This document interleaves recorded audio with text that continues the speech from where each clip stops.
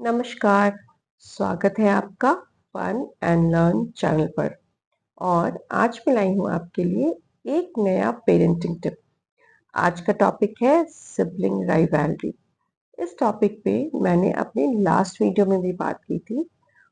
उस वीडियो में हमने बात किया था कि जब घर पे ऑलरेडी एक बच्चा हो और एक दूसरा फैमिली मेंबर, एक न्यू बेबी आने वाला हो, तो बड़े बच्चे को इसके लिए कैसे रेडी करें।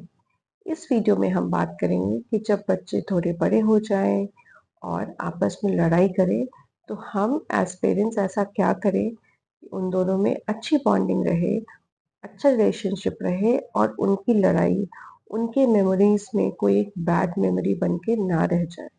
बच्चों की फाइटिंग बहुत बार डिस्प्लेजर लाती है हमारे लिए और हम कभी-कभी अनकंफर्टेबल भी फील करते हैं। और एक डायलॉग तो शायद हम सारे इंडियन पेरेंट्स ने सुना होगा कि अरे घर में 2 बच्चे हो गए हैं ना, या 2 से ज़्यादा बच्चे हो गए हैं ना, तो अब तो आप रेफरी ही बन जाओगे। ट्रस्ट मी, हर बार आपका रेफरी बनना ज़रूरी नहीं है।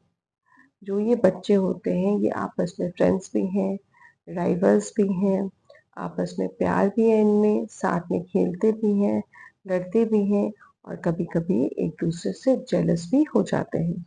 पर ये भी याद रखें कि इस प्रोसेस में वो बहुत सारी चीज़ें सीखते हैं, जैसे communication skills, interpersonal skills, conflict resolution, decision making skills. ये सारी चीज़ें वो इस लड़ाई में अपने भाई बहन के साथ रह करके भी सीखते हैं।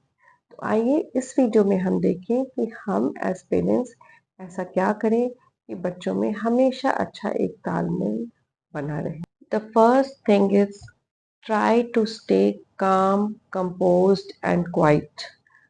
हमारे लिए ये ज़रूरी है कि जब बच्चे लड़ाई करना शुरू करें, ऐसा ज़रूरी नहीं कि हमें तुरंत जाकर के इंटरवीन करने की ज़रूरत है।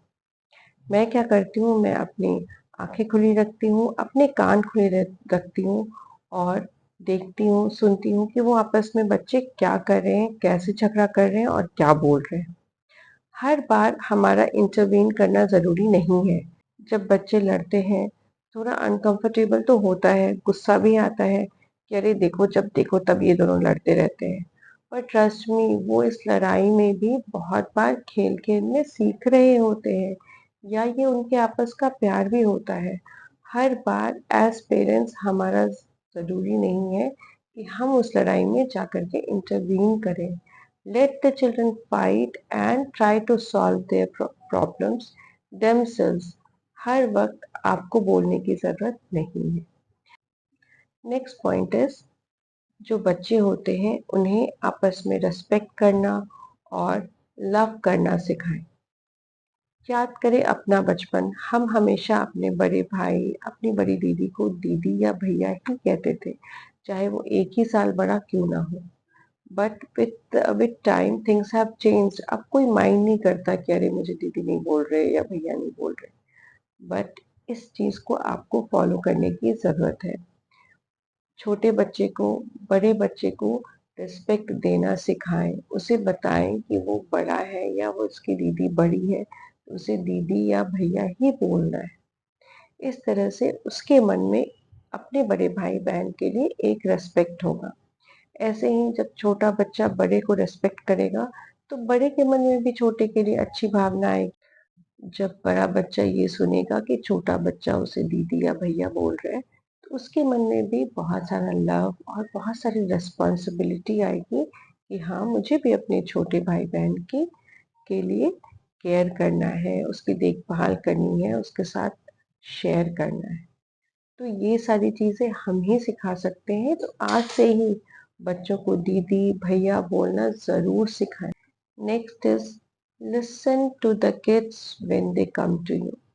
बहुत बार भाई-बहन झगड़ा कर रहे होते हैं या बहन-बहन, भाई-भाई आपस में झगड़ा कर रहे होते हैं और वो भागते-भागते आते हैं, मम्मा, मम्मा, मम्मा देखो दीदी ने ऐसे कर दिया, या देखो भैया ने ऐसे कर दिया, मम्मा देखो बेबी ने मेरा पेन तोड़ दिया, मेरी पेज फाड़ दिया।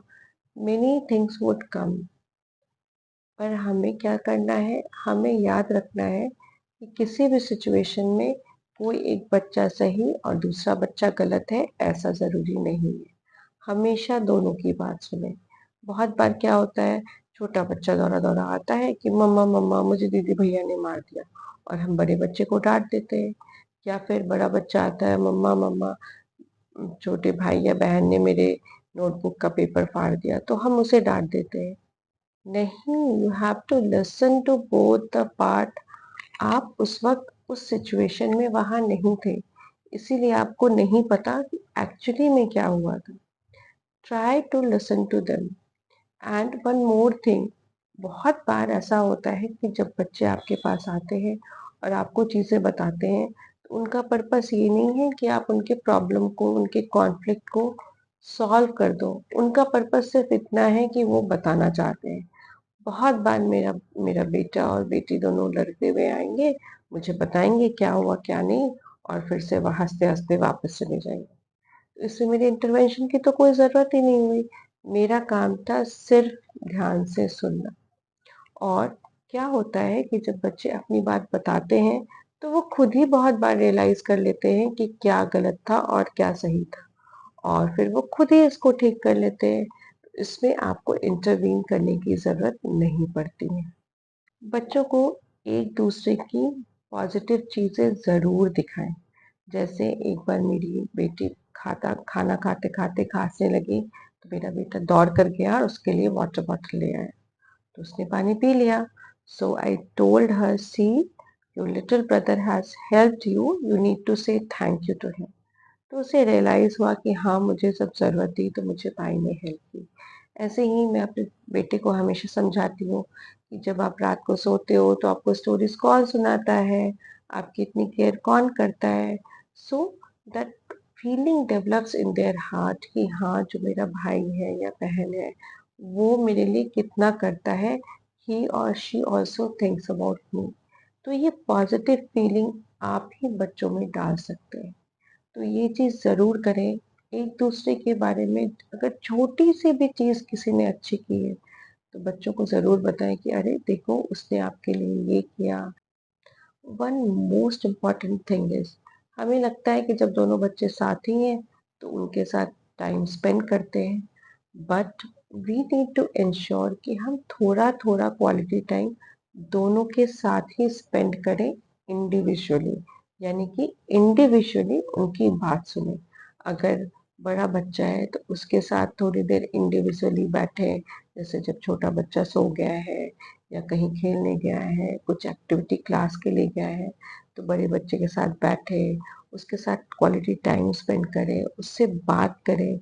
और अगर उसका कोई फ़ेवरेट गेम है तो वो खेलें, या उसका कोई कार्टून है, कोई सीरियल है तो उसके साथ वो देखें।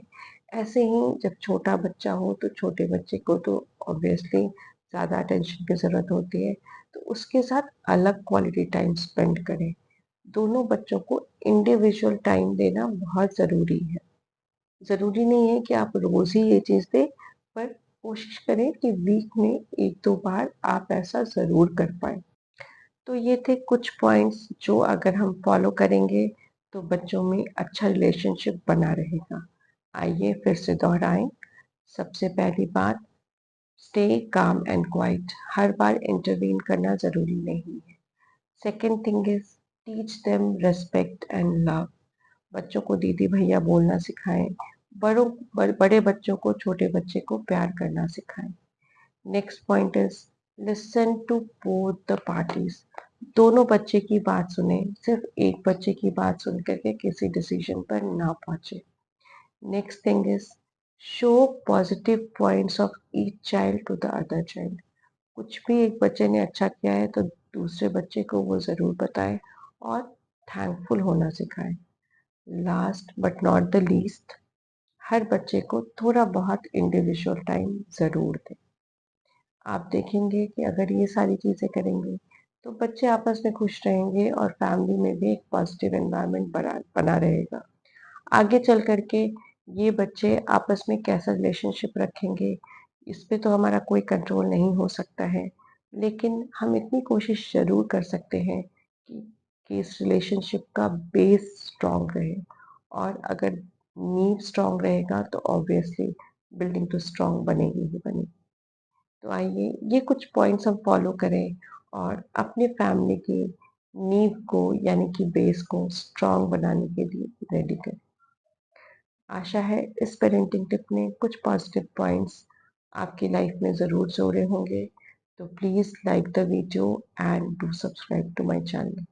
धन्यवाद। हम जल्दी ही मिलेंगे एक नए वीडियो के साथ।